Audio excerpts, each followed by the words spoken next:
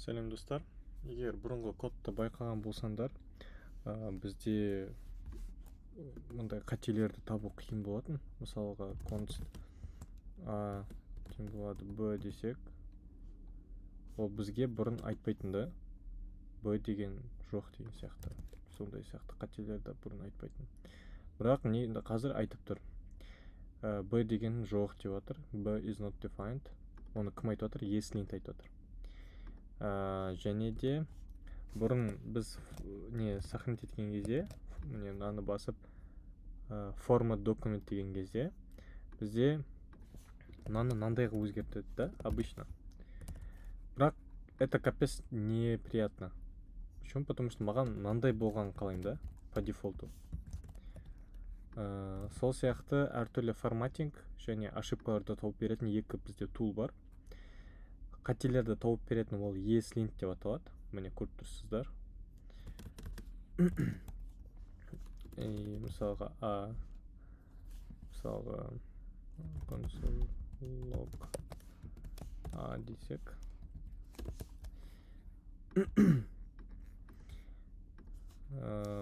Және де осындайларды тік деп форматта өзгертетін бізде преттер бар да, стильді форматировать ететін. Оларды қалай қолданамыз? Мен осындай ESLint pretter setup деген проект дайындап қойдым. GitHub'та бар уже. Мен ссылканы қостым. Біздің көп ссылкалар тұр ол группамызда. Соның ішінде тұр. ESLint pretter setup деген менің GitHub'ымда. Бірақ оны біздің проектке қалай тықсақ болады, қазір көрсетем. Так, біріншіден бізге ESLint config pretter, сосын pretter деген пакетждер керек. Олар dev dependencies. Мына қалғандары өзі установить етіледі. Так, не үшін керек ESLint config pretter? Себебі ESLint ішінде тоже форматтар бар да, стильді форматировать ететін. Чтобы осы преттердің правилалары, біз қазір правилалар жазамыз, міне pretter rc.json деген. Чтобы оның правилаларын, ESLint'тің именно форматированияға қатысты правилаларымен конфликт болса, онда преттердікін қолданады. Осы плагин арқылы. Енді біздің проект ашайық.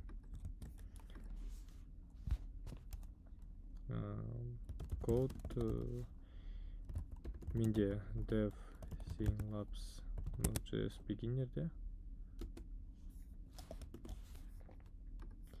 First Telegram бродтың ішіне установить етейік осы кодты біздің. Осы ESLint'ті. Сол кезде бізде қателерді табу оңайырақ болады да. Так, енді бірінші очередь не істейміз? cd First Telegram bot. Біздің проектімізге кіреміз. npm install ESLint. -d, чтобы dev dependency болу үшін.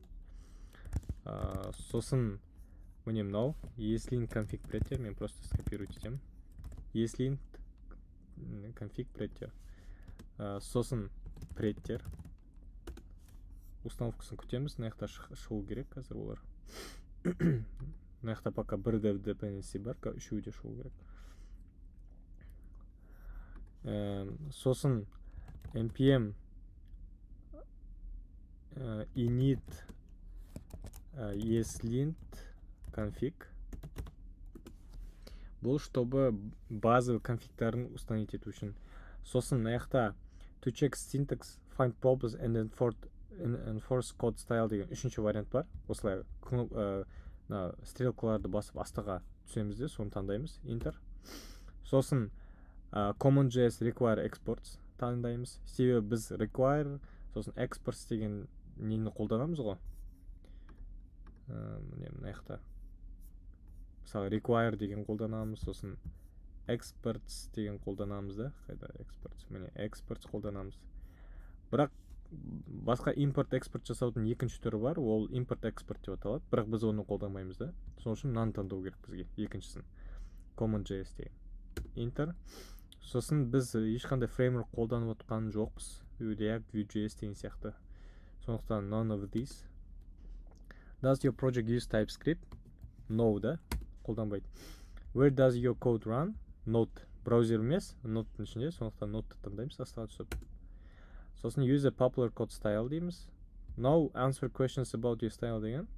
Ол өзіміз бір-бірінен таңдаймыз, бірақ біз стандартын қолданғымыз келеді, сондықтан осыны таңдаймыз. И стандартты таңдаймыз. И сосын мына JSON. И сұрап жатыр, мынандай нелер керек дейді да. Мана айттым ғой, осылар керек деп. Соны установить етейік па дейді. Yes-ті таңдайсыз, сосын npm-ді таңдайсыз. PM емес, yarn емес, именно npm. Потому что біз npm арқылы установить етеді барлық пакеттерді.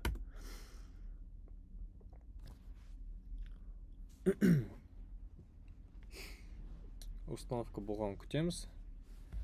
Так, енді уже көрдіңдер ма? Мынандай ошибкалар болып жатыр. Strings must use single quote деген сияқты. Енді бізге не істеу керек? Бізге қазір бізге қазір echo былай, мынау пустой объект деген сөз ғой. Мынау и точка preter rc.json. Сол кезде мына жақта preter rc.json деген шығады. Міне мындай. Мынаумен толтырамыз. Оны GitHub-тан алсаңдар болады. Қазір бәрін бір-бірден түсіндіріп қойым. Semi деген әр нені сонда мынандай нені қолдан деп жатырық та біз оған. Точка запятаяны обязательно қой деп жатырық. Сосын use tabs дейді, false дейді. Таптың орнына пробелдарды қолданады, енді ол автоматически. Неге ол керек? Потому что таптың сайзы әр компьютерде әртүрлі болады да. Мысалға бір жерде там 4 пробел, кейбір жерде 8 пробел, кейбір жерде 2 пробел. Сондықтан просто пробел қолданатын болсақ, онда ол сол тапты басқан кезде ол өзі пробелге ауыстырып тұратын болады да. И сол кезде әр жерде размері бірдей болады. Любой кодты, любой компьютерде ашсаң да. Сол үшін false дейміз. Trailing comma деген ол байқаған болсаңдар, мына бір жақсы пример бар. Міне қазір қызыл болып тұр, потому что pretтерді еслетін ішіне әлі тыққан жоқпыз. Ең соңына тоже пробел қой деп жатық та. Обычно былай болу керек та. Бірақ біз айтып жатық, мына жаққа да қой деп жатық та. Бәрінде пробел болады. Сол кезде новый бір нәрсе қоссақ мына жаққа, мынау мысалға болмады деп айтайық. Біз мына жаққа қою керек біз боламыз да. И GitHub-та 2 линия уже өзгерген болады да. То есть біз на линияда өзгерген болып тұрады да. Это не очень, короче. Так, end of line деген ол кішкене андай қиынырақ нәрсе. Прикол в том, что Mac пен Linux-та олар мындай не қолданады, а Windows-та басқа не қолданады да. Ол сендерге көзге көрінбейді ол, бірақ файлдың ішінде под капотом ол бір не знак қолданады да. Міне мына файл бітті деген сияқты, файлдың соңында. Бірақ бізге көрінбейді. И ол басқа компьютерге барған кезде ошибка шығады да, мысалы Mac-қа барса, Linux-қа барса. Болу мүмкін. Сондықтан біз LF дейміз, чтобы всегда именно Mac пен Linux-тың несін қолдан деген сияқты. End of line sign'ды қолдан деген сияқты. Single code деген ол манағы нәрсе. Бір string бар ма? Мынандайдың орнына мындай қолдан деген сөз ғой, короче. Вот. Бірақ бұның бәрін орнына келтірейік.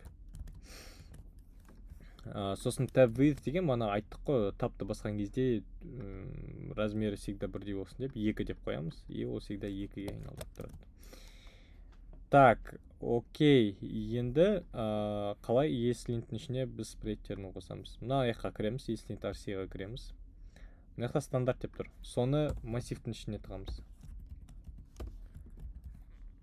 Енді мына жаққа просто преттер дейміз. Мынау JSON болғандықтан мынандай қолдану керек. И сосын сохранить етеміз. Ну, менде бүйтіп өзгерді, потому что мен сразу бүйтіп жаңағы форматирование қолданды. Сосын на неге кіреміз? Мына жерде менде преттер деп тұр уже баяғыдан, бірақ сендерде болмау мүмкін да. Сондықтан мына жаққа басқа мынау преттер болмаса, онда сендерге өзгерту керек болады. Қалай өзгертеді? Мына жаққа барамыз да, так, settingsқа кіреміз. Now settings. Формат деп жазу керек. Потом бізге сол форматингті тауып алу керек ше. Формат. Так. User workspace. User деге болады, workspace деге болады. User деген сендердің барлық проекттерінде сразу өзгерту. Workspace деген именно осы проекттің несін өзгерту. Преттер деуге бола ма сразу? Жоқ. Блин. Мына жақта extensions'тың ішінде кіресіз, міне extensions деген тұр ғой, мұндай төрт бұрышта не. Сол жаққа преттер, соны установить етесіз, и ESLint установить етесіз, ESLint. Сол екеуін установить ету керек болады. Сол екеуін установить еткеннен кейін, мына жақта егер так, қалай еді? Мына жақта егер бүйтіп басқан кезде өзгертілсе, уже все нормально деген сөз да. Мына жақта, короче, преттер таңдалу керек. Так, блин, менде уже дайын болғасын кішкене қиындау екен. На всякий тексерейік сонда да, потому что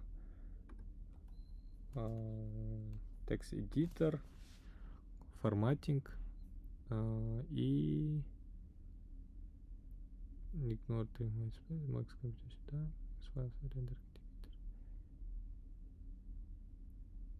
өтіп кеттік та, менде жоқ, значит. Features, application, extensions, workspace, форматинг, формат on pass, формат on save. Сосын, я вам советую мына юзерға кіріп, форматинға кіріп, формат on save-ті басуға, чтобы сендер каждый раз жаңағы файлға басып, формат деп басып тұрмау үшін, просто мына жерде формат on save деп қойсаңыз, ол өзі форматировать етеді. Но мен қоймадым, потому что иногда annoying болады да. Короче, workspace-ке қоюға болады, по идее. Қоймасаңдар да болады. Вообще, ондай нәрсе бар екен біліңдер, да. Потом, мысалға, bot сервисқа кіресіз, любой файлға, JS файлға, сосын мына жақта формат document with деген бар. Сол жақта не именно преттер таңдау керексіз, да. Менде дефолтпен тұр да, в чем прикол? Уже таңдалып тұр. Егер сендерде мынау таңдалып тұрса, или басқа бір нәрсе таңдалып тұрса, онда configure default formatterді басасыз, и осы жақтан именно преттерді таңдайсыз. Все. Менде уже таңдалып тұр. Сендер солай таңдау керек боласыңдар. Сол кезде ол барлығын переписать етеді. Енді мана көрдіңдер ғой, байқадыңдар ғой, уже мыналарды өзгертіп тастаған көрдіңдер ма? Форматирование жасаған кезде. Мысалы, соны жасадық, если интерсей міне мынаны қойдық, все, в принципе. Мына жақта әртүрлі рулдар қоюға болады. Оны өздерің қарасаңдар болады, несіне. ESLint-тің документациясының ссылкасын тоже жібердім. Енді бізге, чтобы осыларды сразу автоматически барлық файлдарды өзгертіп тексеріп отыру үшін скрипт қосу керек. Мен тоже мына жақта скрипттер уже дайындап қойдым. Тоже копи-паст жасасаңдар болады. Формат чек деген ол чисто форматтың стильді тексереді. Неге src звездочка и звездочка.js деп тұр? Себебі преттер арқылы тексер осындай файлдарды деп тұрды. Ол қандай файлдар? Именно src деген папканың ішіндегі звездочка деген любой папка, src деген папканың ішіндегі любой папка, и любой файлдың аты, бірақ обязательно JS пен біту керек деп тұр да, чтобы чисто JS файлдарды тексеру үшін src папканы. И вот дәл сондай форматты барлық жерде қолдандық, линтта да, форматта да. И форматта екі команда бар да, check и write. Check ол чисто проверять етеді, и ошибкалар болса айтады, а write ол сразу записать етеді, именно дұрыс стильді қолданады. Линт деген ол жаңағы андай логический ошибкаларды, мысалға мұндай не variable жоқ қой деген сияқты нәрселерді тексереді. А фикс деген ол сразу, егер ол автоматически фикс етілетін нәрселер болса, ол умный ғой, кейбір нәрселерді автоматически фикс етуге болады, алып тастайды бір нәрсені деген сияқты. Вот соны сразу өзгертеді да.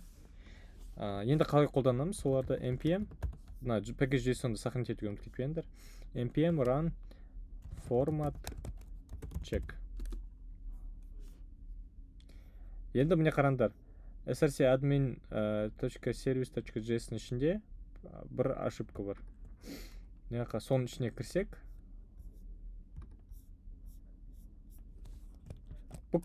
форматировать етеміз, и ол ошибкаларды өзгертті да. Міне ол наны өзгерткен. Бірақ енді именно предтердің ошибкалары көрінбей тұр, конечно. Стилистический ошибкаларды көрсетпейді да. Именно сол ошибкалардың ішінің бәрін жасап шығайық. Сөйтіп отыруға болады, немесе біз бүйтіп жасай аламыз. Format write. Да, міне мынаяқта бар ғой. Format write. Ол уже бәрін өзі фикс етіп шықты да. Мысалға айтайық, админдің ішіне мынаны осыған өзгертсек, енді format write десек, өзгертіп жатыр уже қайттан, андай кавычка. Сол сияқты енді давай lint npm run lint check, да, вроде check.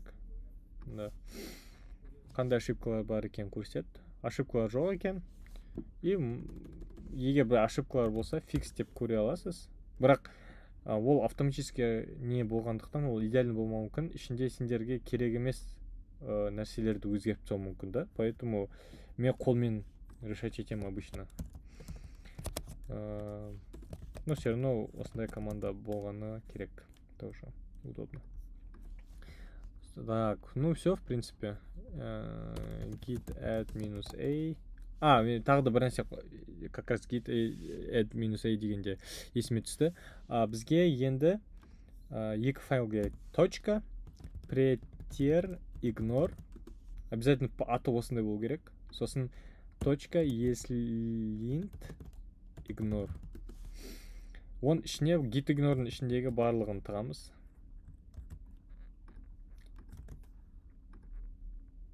Preter, ignore, ESLint, ignore.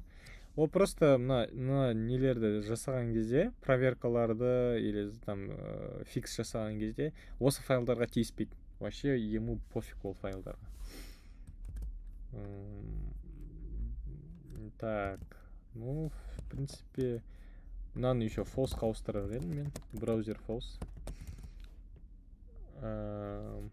Ну все, в принципе.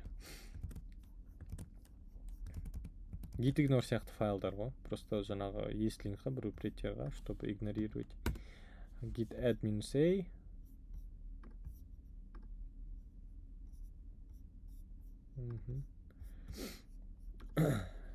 Git commit -m. Setup preter and ESLint. Git push. Все, рахмет. Келесі уақытта кездескенше.